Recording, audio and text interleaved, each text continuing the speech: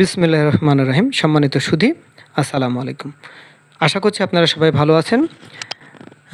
সবাইকে আমাদের YouTube channel VAT and tax school এর পক্ষ থেকে আন্তরিক শুভেচ্ছা এবং অভিনন্দন। সম্মানিত সুধী, আমরা ই-রিটার্ন নিয়ে অনেক ভিডিওই করছি প্রতিনিয়তই আপনাদেরকে আপডেট দেওয়ার জন্য। আজকের ভিডিওতে আমরা শেয়ার করব রিবেট, অর্থাৎ কোন কোন হেডগুলোতে আপনার রিবেট পাওয়া যায় এবং ই-রিটার্নে এই রিবেটের প্রত্যেকটা head A to Z share করব। এ টু জেড কোনটা কিভাবে পূরণ করবেন, অনেক ধরনের কোশ্চেন করছেন যে আমার জিপিএফ আছে সেটা কন্ট্রিবিউশন কত টাকা দেবো, আমার ইন্স্যুরেন্স প্রিমিয়াম আছে, আমার ডিপিএস আছে, আমার সঞ্চয়পত্র রয়েছে, এরকম অনেক বিষয়গুলো অনেক ধরনের কোশ্চেন করছেন। তার এ টু জেডই আমরা হেড টু হেড দেখানোর চেষ্টা করবো, তাই ভিডিওটি না টেনে শুরু থেকে শেষ পর্যন্ত দেখলে আশা করছি ক্লিয়ার হয়ে যাবে। তাহলে সম্বন্ধে শুধু আমরা লগ ইন করে রেখেছি, লগ ইন করে আমরা রিবেট হেডে চলে গেলাম। এখান থেকে একটা একটা করে আমরা যদি সিলেক্ট করি, দেখতে পাচ্ছেন আমরা প্রথমে সিলেক্ট করেছি life insurance premium. Life insurance premium কি থাকে? লাইফ ইন্স্যুরেন্স প্রিমিয়াম একটা পলিসি নাম্বার থাকে। আপনি কোন কোম্পানিতে পলিসি নিয়েছেন সেই কোম্পানির নাম দিয়ে দিবেন, পলিসি ভ্যালু কত সেটা 10 লাখ না 5 লাখ না 3 লাখ সেটা উল্লেখ করবেন। এরপরে আছে প্রিমিয়াম, এই যে আপনারা এখানে প্রিমিয়ামের বিষয়টা উল্লেখ করবেন, এখানে অ্যালাউবল অটোমেটিক চলে আসবে, তাহলে ইন্স্যুরেন্স প্রিমিয়াম ওকে। ডিপিএস, ডিপোজিট পেনশন স্কিম, এখানে ব্যাংকের নাম দিয়ে দিবেন, অ্যাকাউন্ট নাম্বার দিয়ে দিবেন, তারপর ডিপোজিট অ্যামাউন্ট কত, অ্যালাউবল, এটা অটো চলে আসবে। এরপরে আসি অ্যাপ্রুভ সঞ্চয়পত্র। অ্যাপ্রুভ সঞ্চয়পত্র, আপনি যে ধরনের সঞ্চয়পত্র কিনবেন সেই ধরনের সঞ্চয়পত্র নাম লিখবেন। সেটা কি ফ্যামিলি সঞ্চয়পত্র, যে নেমের জায়গায় ফ্যামিলি সঞ্চয়পত্র কিনা, বা 3 মান্থ প্রফিট সঞ্চয়পত্র কিনা, পেনশনের সঞ্চয়পত্র কিনা সেটা আপনি বলবেন, রেজিস্ট্রেশন নাম্বার দিবেন, ইস্যু ডেট দিবেন, ইনভেস্টমেন্ট অ্যালাউন্স, অ্যালাউবলটা অটো সিস্টেম থেকে নিয়ে নেবে। এরপরে চলে যাই unit certificate mutual fund, EFT বা জয়েন্ট ইনভেস্টমেন্ট স্কিম। এখানে যদি ক্লিক করি, আপনার এখানের মধ্যে কোনটা, আপনার কি ইউনিট সার্টিফিকেট না মিউচুয়াল ফান্ড না ইএফটি না জয়েন্ট ইনভেস্টমেন্ট স্কিম, তাহলে নাম লিখবেন, অ্যাকাউন্ট নাম্বার লিখবেন, ইস্যু ডেট লিখবেন, ইনভেস্টমেন্ট অ্যামাউন্ট লিখবেন, অ্যালাউবল অটো চলে আসবে। এরপরে আসি, আপনার যদি লিস্টেড কোনো কোম্পানিতে শেয়ারে বিনিয়োগ করা থাকে, তাহলে শেয়ার বাজারে যারা বিনিয়োগ করেন প্রত্যেকজনেরই একটা বিও অ্যাকাউন্ট থাকে। তো বিও অ্যাকাউন্টে টাকাটা জমা রাখতে হয়, ওখান থেকে শেয়ার ট্রেড হয়। অনেকে ক্যাশ ফ্লো করতে গিয়ে এইটা ভুলে যান, সেটা হলো যারা ক্যাশ ফ্লো তৈরি করেন মনে রাখেন ক্যাশে কী থাকে, ক্যাশ ইন হ্যান্ড থাকে, ক্যাশ অ্যাট ব্যাঙ্ক থাকে, ক্রেডিট কার্ডের ব্যালেন্স থাকে, তারপরে এই যে বিও অ্যাকাউন্টে যে ব্যালেন্স এটাও কিন্তু ব্যাঙ্ক অ্যাকাউন্টের মতোই, কারণ ব্যাঙ্ক অ্যাকাউন্টে যেভাবে টাকা জমা থাকে তো বিও অ্যাকাউন্টে টাকা জমা থাকে। ধরেন আপনি বিও অ্যাকাউন্টে জমা করে রেখেছেন 1 লক্ষ টাকা, শেয়ার কিনেছেন মাত্র ধরেন 90,000 টাকা, বাকি 1,000 টাকা কিন্তু বিও অ্যাকাউন্টে থাকবে। তো বিও অ্যাকাউন্ট নাম্বার এবং ব্রোকারেজ হাউস নেম, ইনভেস্টমেন্ট, ওই বছরে কত টাকা শেয়ার আপনি কিনেছেন সেটা এখানে দিয়ে দিবেন। এরপর আসি জেনারেল প্রভিডেন্ট ফান্ড। অনেকে প্রশ্ন করছেন যে জেনারেল প্রভিডেন্ট ফান্ডে আমি তো ইনভেস্ট করেছি, এখন কত টাকা নিব, মান্থলি নিব না সারা বছরে? মনে রাখতে হবে 2024 সালের জুলাই থেকে 30শে জুন 2024 পর্যন্ত যতটুকু ইনভেস্ট করেছেন পুরো ফিগারটাই কন্ট্রিবিউশন হিসেবে চলে আসবে। এখানে অ্যাকাউন্ট নাম্বার দিবেন, এখানে কন্ট্রিবিউশন দিবেন। এরপর আসি recognised provident fund. Recognised provident ফান্ডে এমপ্লয়ার নেম, সেলফ কন্ট্রিবিউশন কত, এমপ্লয়ার। এইখানে আপনার আরেকটু বলি, জেনারেল প্রভিডেন্ট ফান্ডে আপনি এখন শুধু কন্ট্রিবিউট করবেন, পরবর্তীতে এই টাকা সুদ আসল সহ আপনাকে ব্যাংক কী করবে, একটা ফিগার দিবে, আর একটা ফিগার থাকবে যেটা প্রতি মাসে মাসে আপনাকে পেনশনের মতো করে দিবে।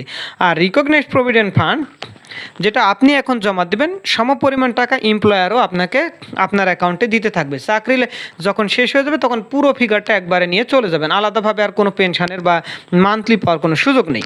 তো এমপ্লয়ার নেম দিবেন, সেলফ কন্ট্রিবিউশন, এমপ্লয়ার কন্ট্রিবিউশন। এরপর আসি অ্যাপ্রুভ সুপারঅ্যানুয়েশন ফান্ড। এখানে name of the superannuation fund, date কত, কন্ট্রিবিউশন অ্যামাউন্ট কত সারা বছরে। Approve benevolent fund and group insurance. প্রত্যেক সরকারি কর্মকর্তা কর্মচারীর বেনিভোলেন্ট বেনিভোলেন্ট ফান্ড এবং গ্রুপ ইন্স্যুরেন্স থাকে।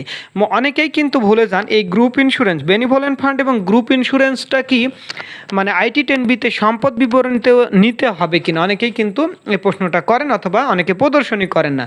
আপনি যেহেতু রিবেট নিচ্ছেন, এটা দ্যাট ইজ আপনি একটা কন্ট্রিবিউশন করছেন, আপনি ইনভেস্টমেন্ট করছেন, তাই না?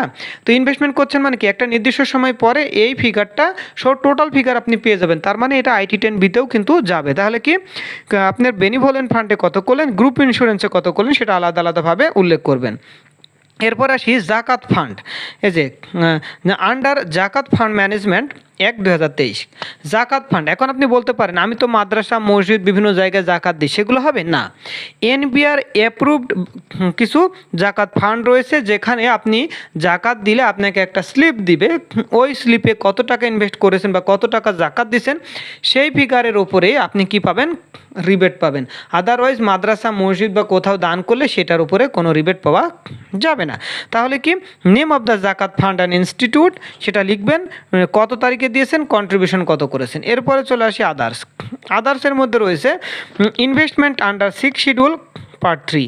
এইখানে 6 শিডিউল পার্ট 3-তে প্যারাগ্রাফ নাম্বার থাকবে, ডেসক্রিপশান থাকবে, অ্যামাউন্ট থাকবে। আপনারা তাহলে এই ইনভেস্টমেন্ট আন্ডার 6 শিডিউল পার্ট 3টা একটু দেখে নেবেন। ইনভেস্টমেন্ট আন্ডার এসআরও দিয়ে যদি কোনো ইনভেস্টমেন্ট থাকে যেটাতে আপনি মানে ইনভেস্টমেন্ট ট্যাক্স রিবেট পাবেন, তাহলে ওই এসআরও নাম্বারটা লিখবেন, এটা কোন বছরের এসআরও, ডেসক্রিপশানটা লিখবেন, অ্যামাউন্টটা লিখবেন। ওকে, এইভাবে চলে আসবে। এভাবে আপনি কি করবেন, রিবেটের হেডটা পূরণ করবেন। এখন রিবেটের হেডের ক্যালকুলেশনটা কি হবে সেটাও আমরা একটু বলে নিই, যদিও এখানে সিস্টেমে অটো ক্যালকুলেশন হয়ে যাবে, বাট আমি একটু বলে নিই। সেটা হচ্ছে আপনি রিবেট পাবেন হলো আপনার ট্যাক্সেবল রেগুলার ইনকাম, এখানে কোনো মিনিমাম ট্যাক্সের আন্ডারে যে ইনকাম থাকে সেটাও আসবে না, তারপরে ফাইনাল সেটেলমেন্টের আন্ডারে যে ইনকামগুলো আছে সেটাও আসবে না। তাহলে রেগুলার ট্যাক্সেবল ইনকামের 3%, অথবা আপনি যে অ্যাকচুয়ালি যে বিনিয়োগ করলেন সেই বিনিয়োগের ওপরে কত পার্সেন্ট, 15%। তবে ডিপিএস কিন্তু 1,20,000 টাকা পর্যন্ত, এর বেশি বিনিয়োগ করলেও আপনি রিবেটের জন্য অ্যালাউ হবে না, এটা অটোমেটিক নিয়ে নিবে সার্ভারে।